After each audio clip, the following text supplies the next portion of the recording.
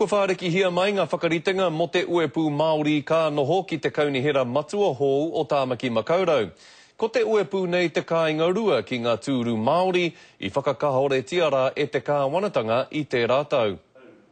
Nui ana te tūru wātea, āhua pērā hoki te nui o te tautoko I te puari Māori hou.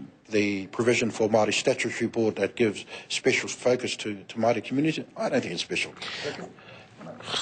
Kua riro mā te puni kōkiri e whakamārama, ngā āhuatanga o te puari Māori ka noho ki te kaunihera matua hou o Tāmaki.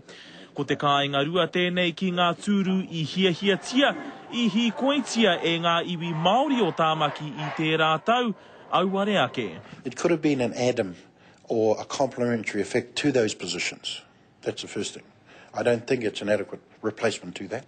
He whai kiko tunu tēnei kaupapa nā te me kāre taia I te kaunihera hou ki te karo I tēnei puari. Ko etahi o ngā mana o te puari, ko te noho hei kai tohu ki te kaunihera mō ngā take Māori. Kai a rātau hoki te mana ki te whakatū komiti hei āwhina I a rātau.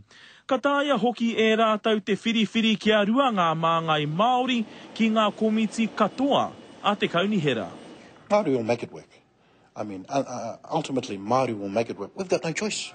Toko whitu ngā māngai mana whenua ka noho ki te puari nei, a e rua mō ngā iwi taura here.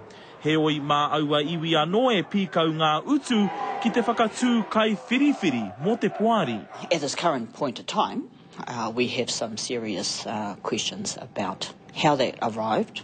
A te whakaro hea, ko wai ngā tāngata wāhine rānei he hiana koe kurungu I tēnei puari.